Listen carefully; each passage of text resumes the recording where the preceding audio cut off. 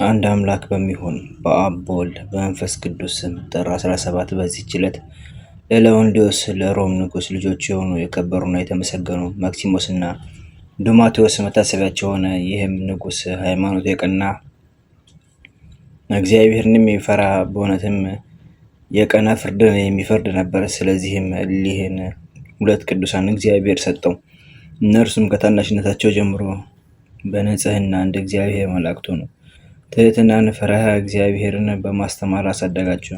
የሚጾሙና የሚጸልዩ በቀንና በሌሊትም የብሉያትና የሐዲሳት መጻሕፍቶችን የሚያነቡ ሆኑ። ከዚህም በኋላ ይህን ዓለም ይተዉ ዘንድ የመላእክትንም ልብስ ይለብሱ ዘንድ እርሷም የከበረች የምንኩስና ልብስ ናት። ከዚያም ሀሳብ መጣባቸው። ሃይማኖታቸው የቀና 318 አባቶች ወደ ተሰበሰቡበት ወደ ኒቂያ ሄደው ይጸልዩ ዘንድ እንዲያሰናበታቸው ለአባታቸው ምክንያት አቀረቡ። ይህንንም ከእርሳቸው በሰማ ጊዜ እጅግ ደስ አለው። ከብዙ አገልጋዮችና ከብዙ ሰራዊት ጋር አሰናበታቸው። ከኒቂያ ሀገርም በደረሱ ጊዜ ከከበረ ቦታ በረከትን ተቀበሉ። ሰራዊትንም ወደ ንጉሥ አባታቸው ጌታችን ንጉሥ ሆይ እኛ ከዚህ ጥቂት ቀን መቆየት እንሻለን ከሚል ጽሑፍ ጋር ጽፎ ላኩ። ከዚህም በኋላ ለአንድ ጻድቅ መነኮስ ሀሳባቸውን ገለጡ። እንዲህም አሉት፣ ከአንተ ዘንድ የምንኩስና ልብስ እንድንለብስ እንሻለን። እርሱም እኔ ከንጉሥ አባታችሁ የተነሳ እፈራለሁ። ነገር ግን ወደ ሶርያ ሄዱ። ስሙ አጋቤዎስ የሚባል ከዚያ ሃይማኖቱ የቀና ካህን ደግ መነኮስ አለ አላቸው። ይህንንም ሲላቸው ምክሩን ተቀብለው ወደ ሶርያ ተጉዘው ወደ ቅዱስ አባ አጋቤዎስ ደርሰው ሀሳባቸውን ገለጡለት። እርሱም ተቀብለው የምንኩስና ልብስን አለበሳቸው። እስከሚያርፍበትም ቀን ከእርሱ ዘንድ ኖሩ። ከእረፍቱም አስቀድሞ ያየውን ራእይ ነገራቸው። ታላቁ አባ መቃርስ ወደ እርሱ እንደመጣና ልጆች መክሲሞስና ዱማቴዎስ ለእኔ ልጆች የሆኑ ዘንድ ወደ እኔ ወደ አስኬትስ ገዳም እንዲመጡ ከሞቴ በፊት እዘዛቸው አለው። ዳግመኛም እንዲህ አላቸው፣ ልጆቼ ይህን ሰው አባ መቃርስን በስጋው አየው ዘንድ እመኝ ነበር። እነሆ በመንፈስ ቅዱስ አየሁት። እናንተም ከሞትኩ በኋላ ወደ እርሱ ሂዱ። ካረፈም በኋላ አልሄዱም፣ በዚያ በሶርያ ሀገር ኖሩ እንጂ። እግዚአብሔርም ሀብተ ፈውስን ሰጥቷቸው በሽተኞችን የሚፈውሱ ነው። ወሬያቸው በሀገሮች ሁሉ ተሰማ። በባህርና በየብስ ከሚነግዱ ከነጋዴያንም የመርከብ መዛነቢያዎችን መስራት ተምረው ከድካም ዋጋቸው በየጥቂቱ የሚመገቡና የተረፈውን ለድሆችና ለችግረኞች የሚሰጡ ነው። እግዚአብሔርም በእጆቻቸው የሚሰሯቸው ድንቆች ተአምራቶች የተነሳ የቅዱሳን መክሲሞስና ዱማቴዎስን ስም መናፍስት ርኩሳን በሰሙ ጊዜ ከሰዎች ወጥተው ይሸሻሉ። ሰዎቹም ያን ጊዜ በጌታ ኃይል ይድናሉ፣ ጤነኞችም ይሆናሉ። እጅግም ታላቅ የሆነ በጎዳና አጠገብ የሚኖር ከይሲ ነበር። ብዙዎች ሰዎችንም አጥፍቷል። የሀገር ሰዎችም ወደ ከበሩ መክሲሞስና ዱማቴዎስ መጥተው ከዚያ ከይሲ ያድኗቸው ዘንድ ለመኗቸው። አባ መክሲሞስም ክርታስን አንስቶ እንዲህ ብሎ ጻፈ። የብፁዕ መቃርዮስ አምላክ በሆነ መንፈስ ቅዱስን በለበሰ በአባታችን በአጋቤዎስ አምላክ በሕያው እግዚአብሔር አምላካዊ ቃል በጌታችን በኢየሱስ ክርስቶስ ስም ይህ ደብዳቤ ከዋሻ ደጅ ሲደርስ አንተ ወጥተህ ሙት። የሰማይ ወፎችም ይብሉህ። አንድ ሰውም ያችን ደብዳቤ ተቀብሎ ሄደ። በዚያም የዘንዶ ዋሻ ደጃፍ አኖራት። በዚያንም ጊዜ ዘንዶ ወጥቶ ሞተ። የሰማይ ወፎችን በሉት። ሕዝቦቹም ሁሉ እጅግ አደነቁ፣ እግዚአብሔርንም አመሰገኑት። የክብር ባለቤት ጌታችን በእሊ ቅዱሳን በመክሲሞስና በዱማቴዎስ እጆች ብዙ ድንቆች ተአምራትን አደረገ። በአንዲትም ዕለት ከአባታቸው መኳንንቶች አንዱ ወደ ባህር ዳርቻ ደረሰ። ከመርከቦችም በአንዱ መርከብ መዛነቢያ ላይ መክሲሞስና ዱማቴዎስ የሚል ጽሑፍ ባየ ጊዜ የመርከቡን ሹም ጠየቀው። እርሱም እንዲህ አለው፣ በጸሎታቸው ከስጥመት እግዚአብሔር ያድነኝ ዘንድ የሊህን ሁለት ወንድማማቾች የከበሩ መነኮሳት ስማቸውን በመርከቤ ላይ ጻፍኩ። መኮንኑም መልካቸው ምን ይመስላል አለው። እርሱም የመልካቸው ምልክት ነገረው። የንጉሱ ልጆች እንደሆኑ አውቆ ያን ነጋዴ ወደ ንጉሱ አባታቸው አደረሰው። ንጉሱም ጠየቀው። ነጋዴውም የመልካቸውን አምሳል አስረዳው። ንጉሱም ልጆቹ እንደሆኑ በተረዳ ጊዜ እናታቸውንና እህታቸውን ከብዙ ሰራዊት ጋር ወደ እነርሱ ላከ። ደርሰውም ባዩአቸው ጊዜ ጮኸው አለቀሱ። እናታቸውም ወደ ንጉሥ አባታቸው ከእርሷ ጋር ይመጡ ዘንድ ለመነቻቸው። እነርሱም ራሳችንን ስዕለት አድርገን ለእግዚአብሔር ሰጥተናልና ቃል ኪዳናችንን ማፍረስ አይቻለንም። ነገር ግን ልጅ ለአንቺም ለአባታችንም ከመከራ ሁሉ እግዚአብሔር ያድናችሁ ዘንድ እንጸልይላችኋለን። በዚህም አነጋገር አረጋጓት። በመለየቷን ፈጽማ እያዘነች ተመለሰች። ወደ ንጉሥ በደረሰችም ጊዜ ከእነርሱ የሆነውን ነገረችው። ንጉሱም ለሚስቱና ለባለሟሎቹ እንዲህ ብሎ በእግዚአብሔር ኢየሱስ ክርስቶስ ዘንድ የሕይወት ድልብ የሆኑ ዘንድ እንተዋቸው፣ ጸሎታቸውም ይጠቅመናል። በዓለም ውስጥ ያለ ክብር ሁሉ እንደ ሕልም ኃላፊ ጠፊ ነውና፣ እነርሱ ግን የማያልፍ መንግስትን አተረፉ። በዚያም ወራት የሮሜ ሊቀ ጳጳሳት አረፈ። ስለሚሾሙትም ሊቀ ጳጳሳት ይማከሩ ዘንድ ኤጲስቆጶሳት ተሰበሰቡ።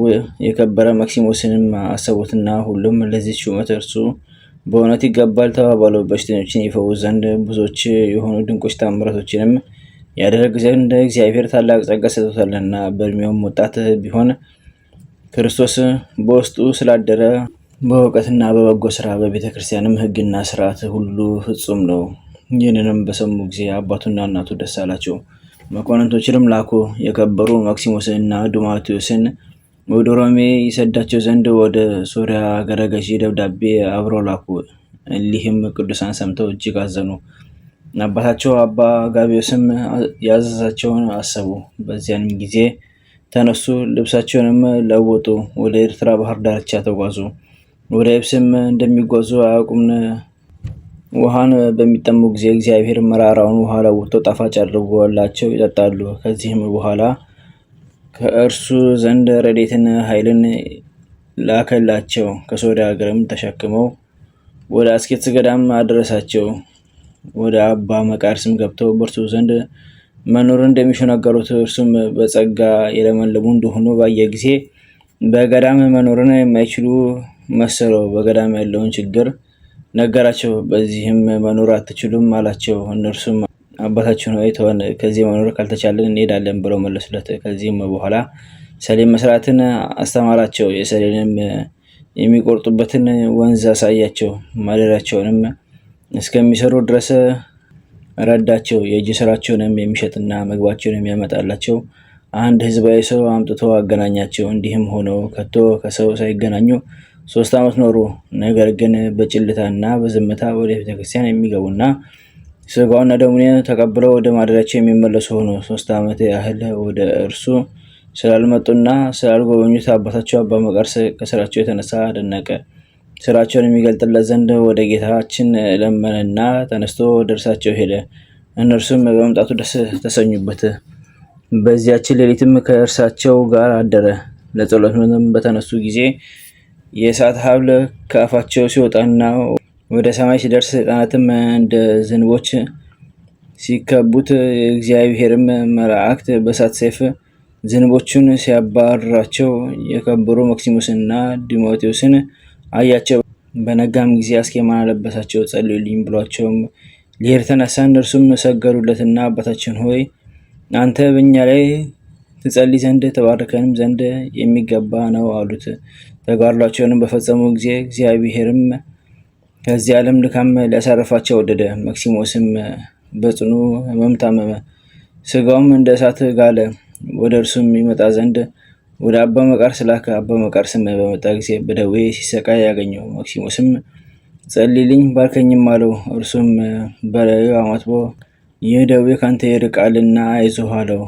መክሲሞስም አባቴ ሆይ በዚች ደዌ ከዚህ ዓለም እንደምወጣን ያውቃለሁ፣ ረድኤት አገኝ ዘንድ አንተ ጸልይልኝ አለው። ይህንንም በተናገረ ጊዜ መሪር ለቅሶን አለቀሰ።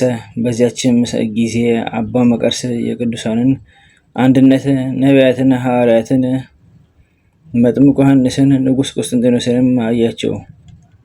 እነርሱም ነፍሱ በክብር እስከወጣች ድረስ በአባ መክሲሞስ ዙሪያ ነበሩ። አባ መቃርስም አልቅሶ መክሲሞስ ሆይ የተመሰገንክ የከበርክ ነህ አለ። ዱማቴዎስም በወንድሙ ላይ መራራ ለቅሶን በማልቀስ አባ መቃርስን የሚለምነው ሆነ። ነፍሴን ወስዳትና ወደ ወንድሜ ያሳረጋት ዘንድ ስለ እኔ ወደ እግዚአብሔር ጸልይ አለው። አባ መክሲሞስም ከተቀበረ በኋላ በ3ኛው ቀን አባ ዱማቴዎስ ታመመ። ስለ እርሱም ለአባ መቃርስ ነገሩት። አባ መቃርስም ወደ እርሱ ሊሄድ ተነሳ። በጉዞም ላይ ሳለ አስቀድሞ ወደ አባ መክሲሞስ የመጡትን የቅዱሳን አንድነት አየ። የአባ ዱማቴዎስን ነፍስ ተቀብለው በክብር ወደ ሰማይ አሳረጓት።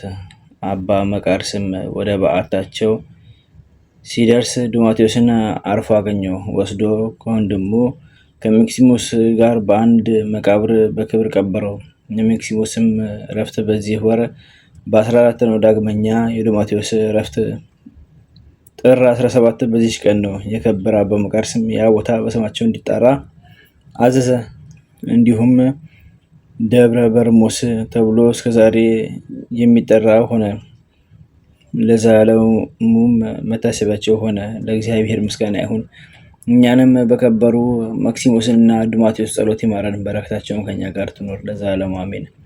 አንድ አምላክ በሚሆን በአብ በወልድ በመንፈስ ቅዱስ ስም ጥር 18 በዚች ቀን የሰማዕታት አለቃ የቅዱስ ጊዮርጊስ አጽሙ ተቃጥሎ ተደቁሶ የተበተነበት ነው። በረከቱ ከኛ ጋር ትኑር ለዘላለሙ። ለእግዚአብሔር ምስጋና ይሁን አሜን።